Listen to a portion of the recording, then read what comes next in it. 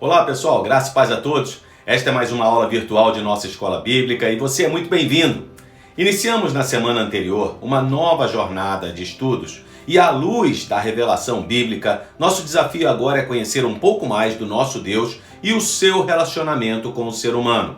É óbvio que isso não é tarefa fácil, pois Deus não pode ser explicado ou definido de forma plena e compreensível aos homens. Mas nos conforta saber que o Senhor deseja que nós o conheçamos mais, para que a nossa adoração seja ainda mais significativa. Para isso, Deus revelou aos homens tudo o que precisamos saber, de forma tão clara, tanto na criação quanto nas Escrituras, que torna qualquer um que negligencie tal revelação indesculpável, conforme Paulo nos ensina em sua carta aos Romanos, que eu já mencionei. As Escrituras não deixam dúvida acerca de quem é Deus, o único e verdadeiro. Quando abrimos a Bíblia, logo na primeira frase do primeiro livro, lemos uma grande declaração acerca de quem é Deus. No princípio criou Deus os céus e a terra.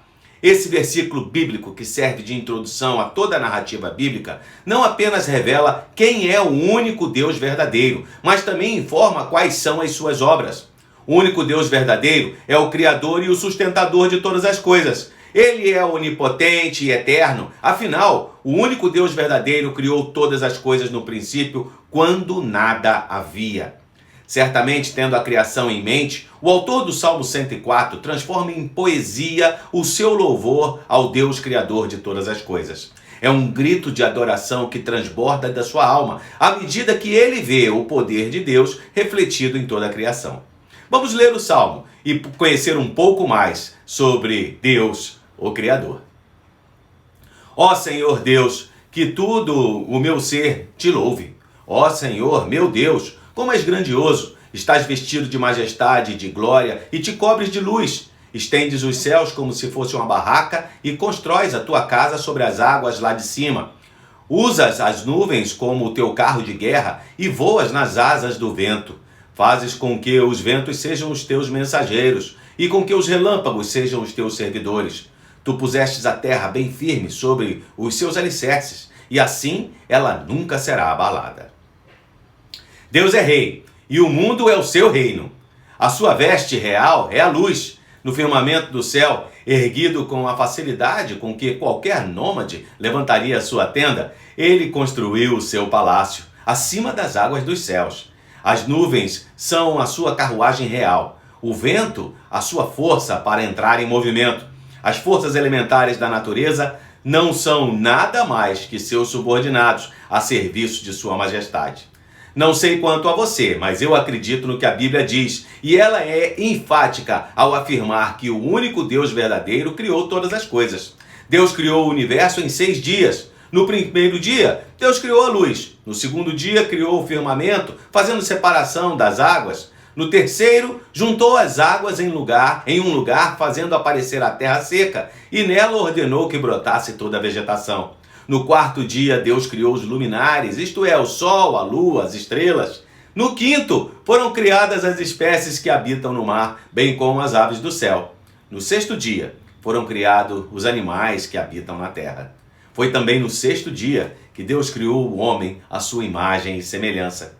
Se você quer conhecer mais sobre a criação dos céus, da terra e de tudo mais que neles há, incluindo o ser humano, eu vou deixar na descrição deste vídeo um link para que você assista a primeira aula dos estudos que fizemos sobre o livro de Gênesis recentemente.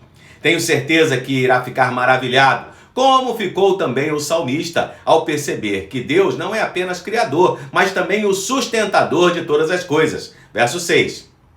Cobristes a terra com o oceano profundo, como se ela fosse uma capa, e as águas ficaram acima das montanhas. Porém, quando repreendestes as águas, elas fugiram.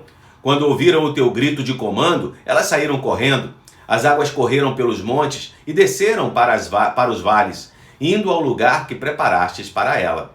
Tu pusestes um limite para que as águas, a fim de que não cobrisse de novo a terra. Tu fazes surgir nascente nos vales, e os rios correm entre os montes. Da sua água bebem todos os animais selvagens. Com ela, os jumentos selvagens matam a sede. A doutrina de que só há um Deus verdadeiro, Criador de todas as coisas, não precisa recorrer à comprovação científica ou qualquer coisa do gênero. A própria criação aponta para essa verdade que também está revelada de forma muito clara nas Escrituras. Como escreveu o autor do livro de Hebreus, pela fé entendemos que o universo foi formado pela palavra de Deus, de maneira que o visível veio a existir das coisas que não aparecem. Que fique bem claro que Deus criou todas as coisas simplesmente porque Ele quis criar. Diferentemente do que muitos dizem, Deus não criou o mundo porque Ele precisava criar. Por ser Deus, Ele é autossuficiente e não precisa de nada disso. Assim, Ele criou todas as coisas simplesmente pelo seu livre conselho, pela sua vontade perfeita e unicamente para a sua glória. Nada foi criado por acaso, tudo tem um propósito e tudo está no seu devido lugar. Verso 12. Nas margens dos rios, os pássaros fazem os seus ninhos e cantam entre os galhos das árvores. Do céu tu envias as chuvas para os montes e a terra fica cheia das tuas bênçãos. Fazes crescer capim para o gado e verduras e cereais para as pessoas, que assim tiram da terra o seu alimento. Fazes a terra produzir o vinho, que deixa a gente feliz, o azeite que alegra e o pão que dá forças. Muita chuva cai sobre as árvores de Deus, o Senhor, sobre os cedros que Ele plantou nos montes do Líbano. Ali os pássaros fazem os seus ninhos e as cegonhas constroem as suas casas nos pinheiros. Os cabritos selvagens vivem no alto das montanhas e as lebres se escondem nos seus rochedos. Tu fizestes a lua para marcar os meses, o sol sabe a hora de se pôr. Tu fizestes a noite, todos os animais selvagens saem quando escurece.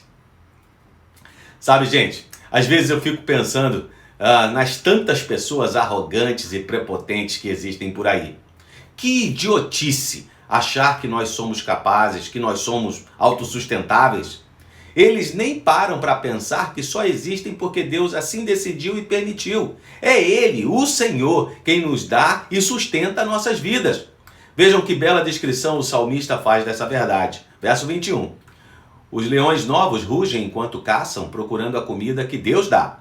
Porém, quando o sol aparece, eles voltam e vão se deitar nas suas covas. Então as pessoas saem para o serviço e trabalham até a tarde. Ó Senhor, Tu tens feito tantas coisas, e foi com sabedoria que as fizestes. A terra está cheia das Tuas criaturas.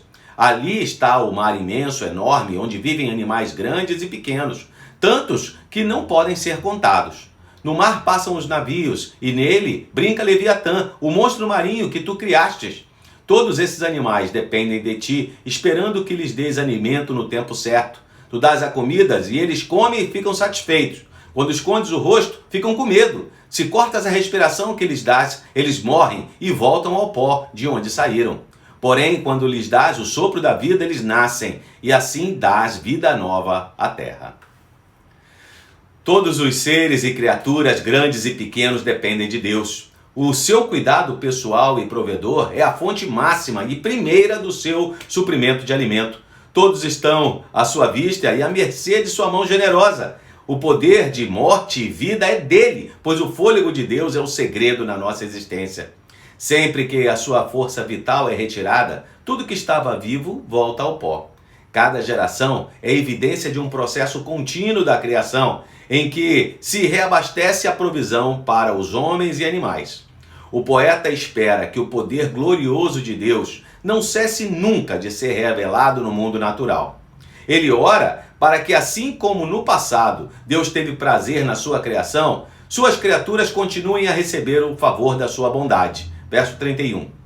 Que a glória de Deus, o Senhor, dure para sempre, que Ele se alegre com aquilo que fez. O Senhor olha para a terra e ela treme, toca nas montanhas e elas soltam fumaça.